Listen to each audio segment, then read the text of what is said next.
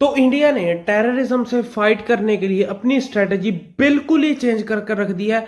पहले जो हम रिएक्टिव होते थे, अब हम प्रोटेक्टिव है। देखिए, ये चेंजेस हमारी पूरी सिस्टम में आने चाहिए। हम अभी भी हमको हमको मानकर चलना पड़ेगा कि हम अभी भी 1960 70s के समय में चल रहे हैं। हमारी ब्यूरोक्रेसी, हमारे सिस्टम अभी भी वैसा है। हमें चेंजेस लाने होंगे अगर हमें इंडिया को डेवलप बनाना है एंड इंडिया को एक मॉडर्न कंट्री, इंडिया को एक अच्छी पावरफुल कंट्री बनाना है। तो जो इंडिया ने अभी new doctrine, anti terror doctrine पर हार को रिलीज किया, आज हम उसके ऊपर चर्चा करने वाले हैं। एंड ऐसी चीजें आप सुनकर हैरान हो जाओगे। एंड मैं आपसे चाहता हूं कि आप इसको जरूर सुनो ताकि आपको अवेयरनेस मिले आपके समाज के नजदीक क्या हो रहा है, क्या क्या चीजें चल रही है। एंड आप उस इंडिया को फायदा दिलाने के लिए, फायदा इंडिया को एक डेवलप्ड कंट्री बनाने के लिए, हमारी ग्लोबल इमेज को सुधारने के लिए हम क्या क्या कर सकते हैं। MHA release India India first anti terror and cyber security policy. इसमें देखिए, टेररिज्म आज के समय में बहुत ज्यादा बदल चुका है। पहले टेररिज्म होता था कि आपको इन्फिल्ट्रेशन, सिर्फ इन्फिल्ट्रेशन या उसके साथ फंडिंग आती थी। बट अभी टेररिज्म बहुत ही ज्यादा मॉडर्न हो चुका है। जैसा हमने दिल्ली ब्लास्ट में देखा था कि कैसे एमोनियम नाइट्रेट की जरिए से कैसे जो डॉक्टर्स हैं, जो हाईली प्रोफेशनल बंदे हैं, उनको माइंड वॉश किया जा रहा है। एंड वहां पर से पाकिस्तान से बैठकर, बेसिकली फॉरेन कंट्री से बैठकर इंडिया में ऑपरेट किया जा रहा है। एंड इंडिया उस पर जो इंडिया में ऑपरेट कर रहा है उस पर कोई भी बाहर का बंदा नहीं है। ये हमारे इंडियन के सिटीजन्स को ही माइंड वॉश कर कर हमारे विरुद्ध, हमारे अपने सिटीजन्स को मारने के लिए हमें उत्साहित किया जा रहा है। तो काफी सारे चेंजेस लाए गए हैं पुराने, हमारी जो पुरानी स्ट्रेटजी थी। क्योंकि देखिए, जैसे जैसे हम ना उस चीज में बीतते जाते हैं, हमें उसका एक्सपीरियंस होता रहता है। यही चीज हम काफी बार सुनते हैं कि इंडिया के पास चाइना से अच्छा वॉर एक्सपीरियंस है। यही चीज होती है, जैसे जैसे हम उस चीज में गुजरते जाते हैं तो हमें उसका एक्सपीरियंस होने लग जाता है कि ये चीज कैसे काम करती है। तो इस पॉलिसी को मैं आपको एक्सप्लेन भी करूंगा, बट आपको मैं ना अभी थोड़ी सी इसके कंक्लूजन मोटा मोटा आपको ऊपर से इसका बताना चाहता हूं कि ये जो हमने new anti terror policy explain की है, पहले हम रिएक्टिव रिस्पांस देते थे, अब हमारा response protective national security doctrine पर होगा। इसका दोनों का डिफरेंस मैं आपको बता देता हूं। तो जो रिएक्टिव रिस्पांस है, रिएक्टिव रिस्पांस जैसे कि ताज होटल पर हमारे ये पिक्चर है, इस पर हमला हुआ, हमने रिस्पांस हमारा कब आया? जब ये अटैक हो चुका था। पहलगाम टेरर अटैक रिस्पांस कब आया? जब ये अटैक हो चुका था। पुलवामा टेरर अटैक रिस्पांस कब आया? जब ये अटैक हो चुका था। अगर हम अभी की बात करें तो अभी प्रोटेक्टिव होगा हम, तो अभी प्रोटेक्टिव नेशनल सिक्योरिटी डॉक्ट्रिन का आपको मैं मीनिंग बताता हूं। तो जैसे बेसिकली कोई प्लान कर रहा है कि हम आज उठेंगे, आज हम ताज होटल पर हमला कर देंगे। मैं तो हमारा रिएक्टिव रिस्पांस ये आता था कि टेरर अटैक के बाद हम उन टेररिस्ट को एलिमिनेट करते थे, जो कि करना पड़ता। उसके बाद या तो हम पाकिस्तान को कोई रिस्पांस देते थे, या तो फिर हम रिस्पांस नहीं देते थे। ठीक है, बेसिकली रिएक्टिव रिस्पांस ये होता था कि जब हमें सामने दिख जाएगा कि कोई टेरर अटैक हो चुका है, तब हम जाकर टेररिस्ट को एलिमिनेट करेंगे, या फिर कोई डील होगी। क्योंकि देखिए, काफी बार टेररिस्ट हॉस्टेज बनाकर सिविलियंस को अपनी डील करवा लेते हैं। जैसे कि हमने जो प्लेन हाईजैक हुआ था उसमें देखा था, जो कंधार हाईजैक था। तो अभी हमारी प्रोटेक्टिव नेशनल सिक्योरिटी डॉक्ट्रिन में ये आता है कि हम टेरर अटैक से पहले, हम टेरर अटैक के बाद रिस्पॉन्स नहीं करेंगे, बट हम उस टेरर अटैक को होने नहीं देंगे। जैसे हमने दिल्ली ब्लास्ट में देखा था कि जो वो अटैक हुआ था उसमें काफी maybe 3800 KG ammonium nitrate शायद Indian army, Indian intelligence and army and police ने पहले ही जब्त कर लिए थे। काफी हथियार जब्त हुए थे। ये है प्रोटेक्टिव रिस्पांस। बट जो वो ब्लास्ट हो गया वो था एक टेररिस्ट ने, वो बंदों ने, उन्होंने पैनिक में आकर वो ब्लास्ट कर दिया था। अभी इंडियन गवर्नमेंट इंडिया के ऊपर 360 डिग्री शील्ड अप्लाई करने जा रही है। अगर आप मेरे से पूछोगे, आपके मन में सवाल होगा कि ऐसे हम टेरर अटैक कैसे बंद कर देंगे, तो सबसे 3 चीजें मैं आपको मेन टेररिज्म की बता देना चाहता हूं। सबसे पहली चीज, टेररिज्म जो टेररिज्म फैलाते हैं, सबसे पहली चीज वो करते हैं माइंड वॉश। ठीक है, सबसे पहली चीज माइंड वॉश। दूसरी चीज फंडिंग। अगर हमने फंडिंग रोक दी तो सारी चीजें खत्म हो जाएंगी। एंड पहली चीज होगी माइंड वॉश, दूसरी चीज फंडिंग, तीसरी चीज वेपन्स। अगर वेपन्स नहीं होंगे तो टेरर अटैक होना मुश्किल ही नहीं, नामुमकिन हो जाता है।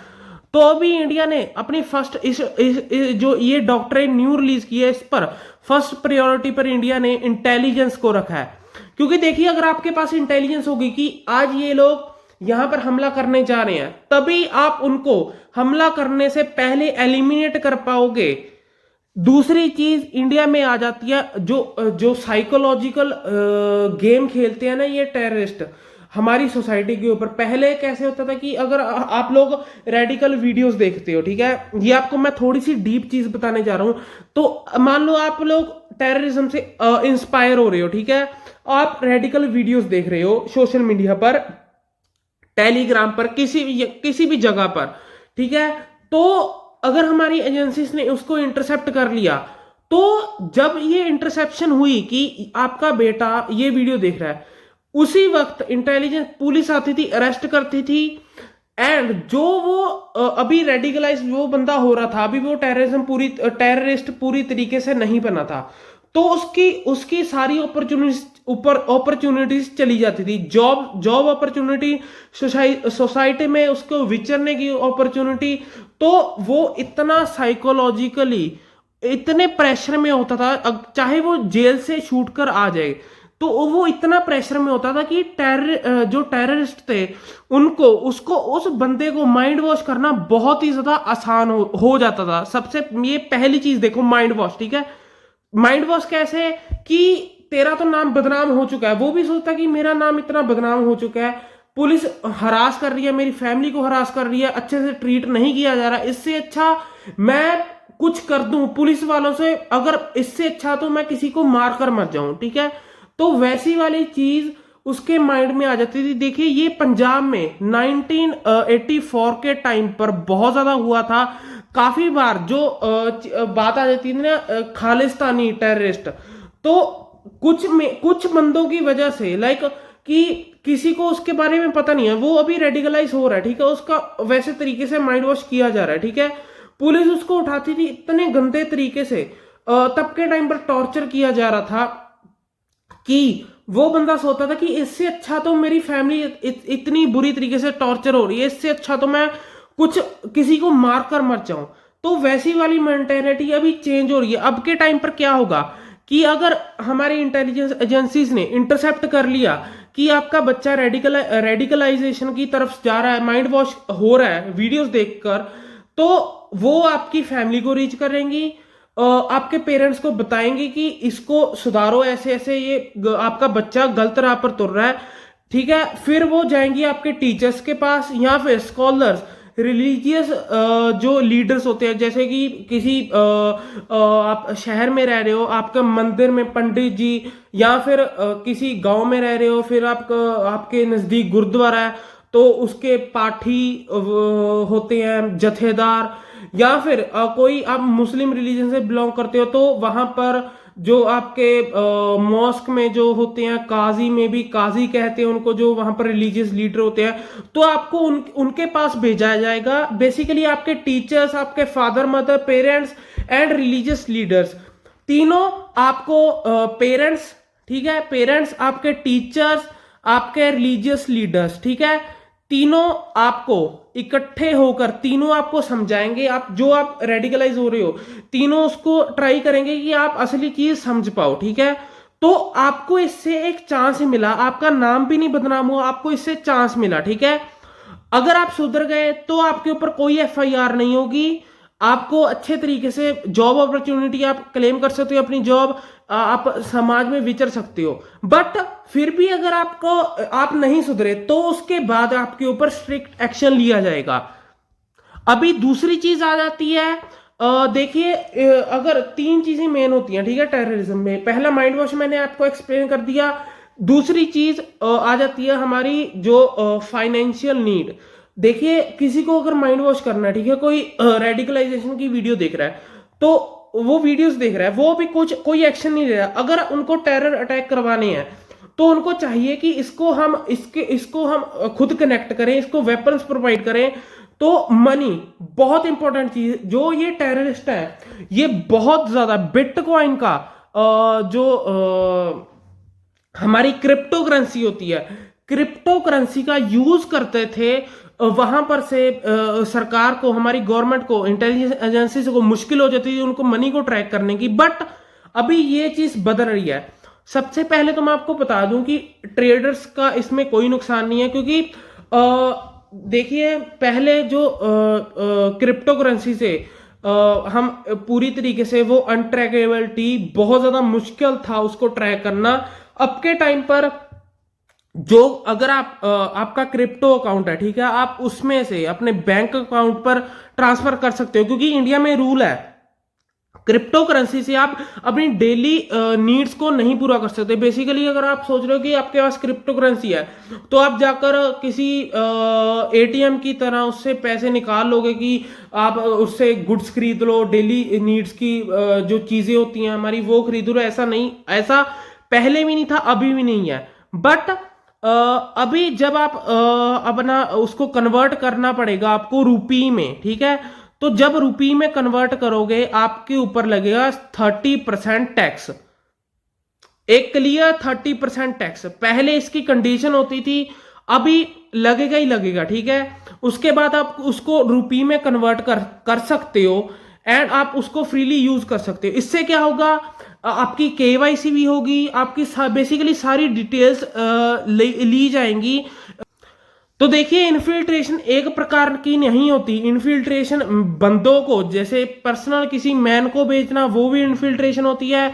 अगर वेपन सप्लाई करने हैं, आज के समय ये चीजें बहुत ज्यादा बदल चुकी है। इवन तो अगर फाइनेंशियली किसी को आपको नीड पहुंचानी है कि आप डिजिटल, जैसे क्रिप्टो बंद कर दी इंडिया ने, तो फिर ड्रोन्स के जरिए आपके देश के अंदर, इंडिया के अंदर ड्रग्स भेजे जाते हैं, इंडिया के अंदर वेपन्स भेजे जाते हैं, इंडिया के अंदर बाहर की करेंसी को भी भेजा जाता है कि आप, जैसे कि क्रिप्टो से मुश्किल होगी और डिजिटल करेंसी से मुश्किल होगी, तो ड्रोन्स के जरिए आपके अंदर देश को खोखला करने के लिए ड्रग्स, रुपी, वेपन सारा कुछ भेजा जाता है, ठीक है।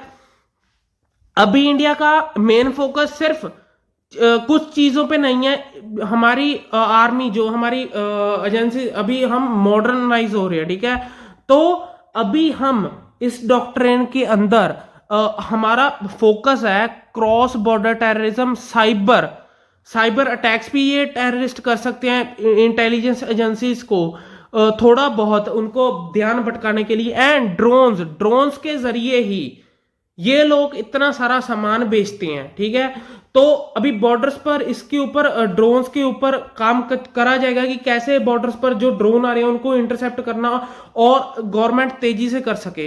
एंड अभी जो लास्ट चीज होती है, अगर कोई टेररिस्ट हमने इंटरसेप्ट कर लिया कि ये लोग ये प्लान कर रहे हैं, तो पहले जो होता था ना कि अब फर्स्ट रिस्पॉन्सर हमारी पुलिस होगी कि जल्दी जल्दी हमने उनको रिस्पॉन्ड करना है, उनको वैसी पुलिस को ट्रेनिंग भी दी जाएगी।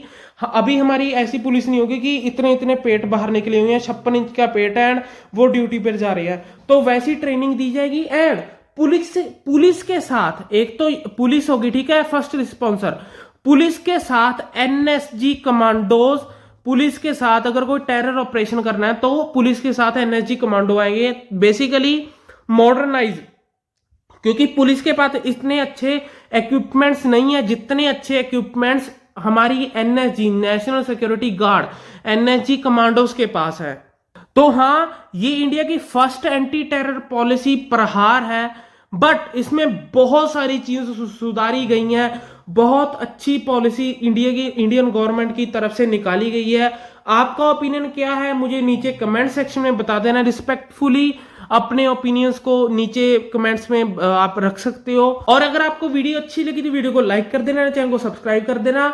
हम मिलते हैं एक और अगली नई वीडियो में, तब तक के लिए take care and good bye.